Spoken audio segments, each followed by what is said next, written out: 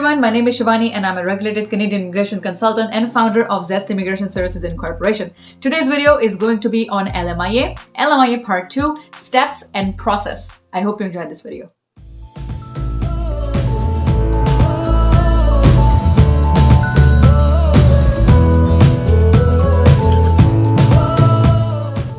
So, quick basics on LMIA.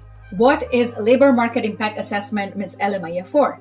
The goal of the LMIA process is to determine what effect the hiring of the foreign worker would have on Canadian labor market. Employment and Social Development Canada, means ESDC, determine the LMIA process and seeks to ensure that employers do not choose foreign candidates over qualified Canadians and permanent residents. Remember again, Canadians and permanent residents are always priorities. There are three possible results of LMIA assessment: positive, neutral, or negative. Providing that the outcome is a positive or neutral effect on labor market, the employer may proceed and offer a job to foreign national. What does the employer need to do? Generally speaking, government officers review an LMIA application to verify whether the employer made sufficient efforts to find workers among Canadians or permanent residents. Employers will need to supply evidence of such efforts, such as advertisements, means online advertisements, recruitment summary, and so on. In a sense, employers will be permitted to hire foreign workers only if no Canadians or permanent residents are found to fill some or all of the vacant positions. Finally, officers verify that foreign worker will receive the pay and work conditions that meet the provincial and federal standards. In plain language, the LMIA application process is about making sure that the employer have done enough to find Canadians for the job.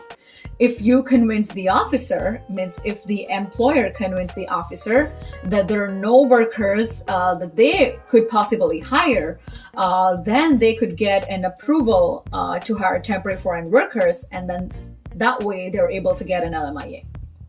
What happens if the employer gets an LMIA approval? A copy of the LMIA decision or the LMIA number should be provided to the foreign national.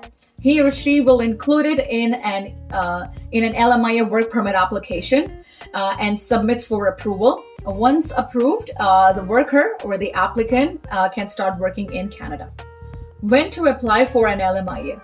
Employers can apply for an LMIA up to 6 months before the foreign worker's expected job start date. Each LMIA can be for one or more vacancies of the same position. Importantly, it is not required to have foreign workers selected at the time of LMIA application. Employers can utilize so-called unnamed LMIA or unnamed labor market impact assessment and choose foreign workers within 6 months following the LMIA approval. It is also known as pre-approved LMIA or LMIA pre-approval. That is to say, unnamed LMIAs give employers flexibility to hire when a qualified foreign worker is recruited. Main steps in the LMIA process. Most employers decide to hire foreign workers from abroad after months and often years of difficulties filling crucial positions within a company. Hence, the decision to apply for an LMIA does not come out of the blue. In fact, the government encourages employers to use LMIAs as the last resort option.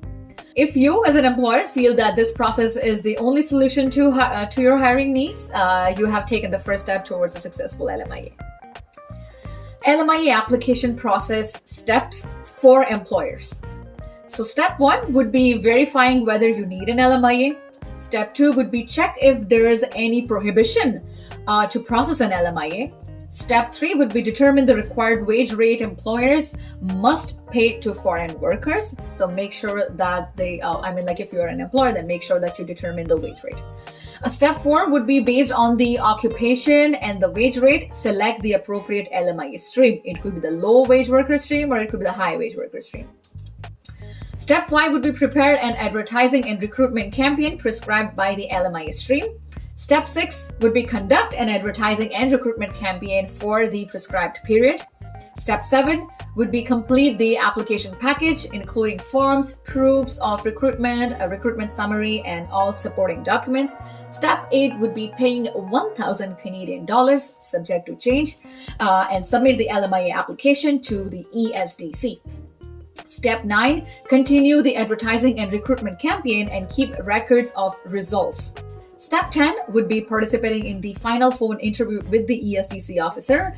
Step 11 would be receive the LMIA decision. And step 12, provide a copy of the LMIA decision to the foreign worker you wish to hire.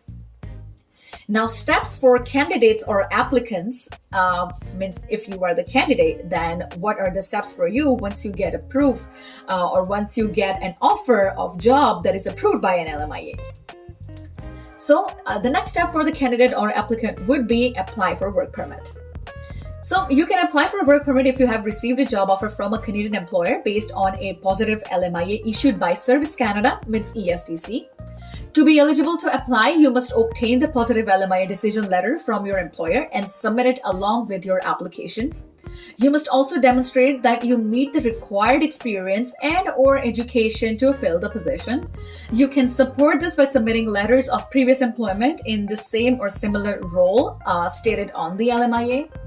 It is important to note that the LMIA decision letter is valid for 6 months only. This means that you must apply for a work permit within 6 months of issuance of the LMIA decision letter. Your spouse or common law partner may also be eligible to submit a work permit application along with their application for a work permit. So if you're the main applicant, if you're getting the LMIA supported work permit, then your spouse can become or may be eligible for an open work permit. Furthermore, you may also apply for a study permit if your children will be accompanying you and attending school in Canada. It is important to know that your work permit, when issued, will be an employer-specific work permit. That means you are stuck with that employer. This is not an open work permit, so it's going to be a closed work permit.